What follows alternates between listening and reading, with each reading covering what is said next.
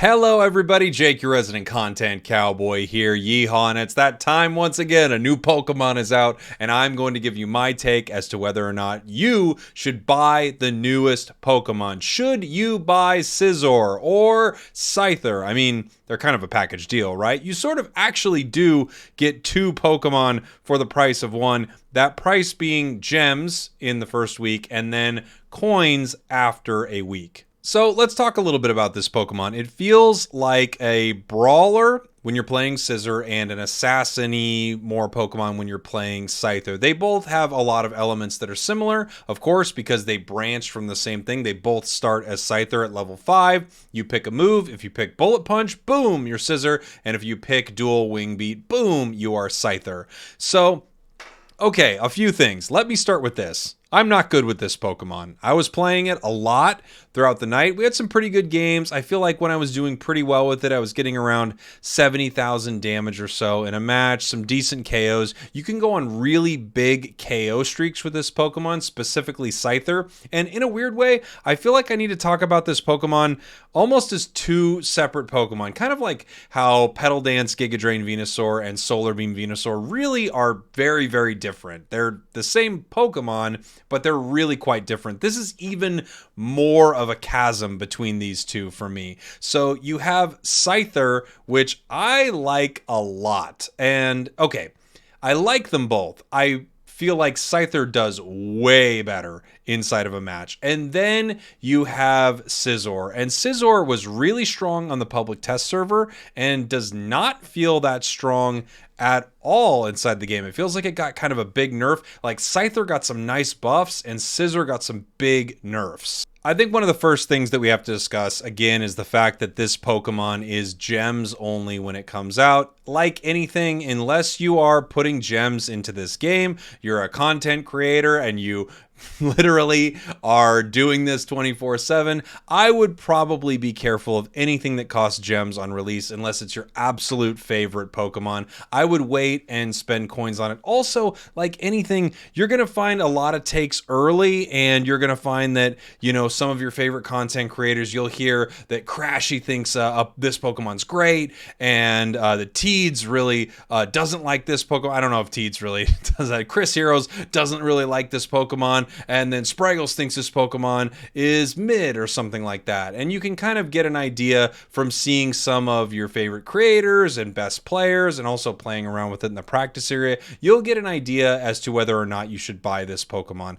If coins are at a premium or gems are at a premium for you, I would always wait. Like, always give it some time. I remember with Dodrio, I feel like Dodrio, everyone was pretty down on Dodrio, and I honestly think that the community was quite wrong about Dodrio. I think it's very, very good.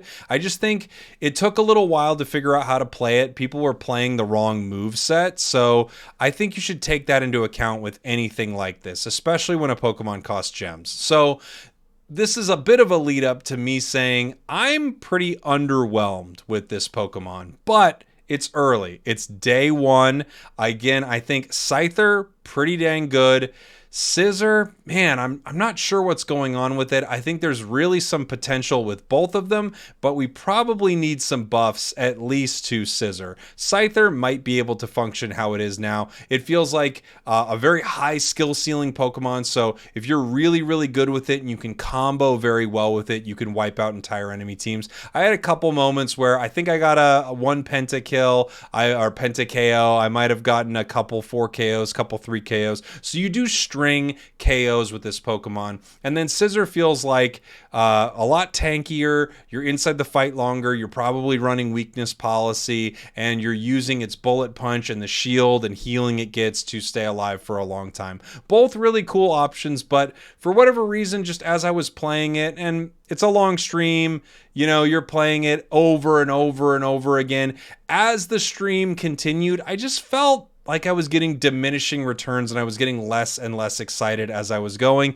And I don't always feel that with a ton of new releases. So my early thoughts are kind of fine on this Pokemon. It's fine. I don't want to hate on anything. And again, I don't want to throw out some early opinion like this Pokemon's terrible, but I gotta say I was pretty underwhelmed with this one. My recommendation for this, if you can't tell, is I would probably say hold off and not buy immediately with this unless you just really love the play style of it. There's just something about it that you have to have. You have to play this Pokemon, and you don't care that maybe it's a little rocky to start. I do think you're going to see some really cool stuff from this Pokemon. You're going to see some amazing footage of big, 5 KO moments. You're going to see some cool damage numbers off this Pokemon, but I did feel a little underwhelmed. So I have to give my recommendation of maybe hold off for a little bit. There you go. That's my thoughts on whether or not you should buy Scizor or Scyther. I think very, very cool. And I think in the right hands, this Pokemon is going to do some nutty things. But for me, I just wasn't really in love with it. All right. Thanks for watching. Thanks for listening. I love you very much, and I'll see you soon.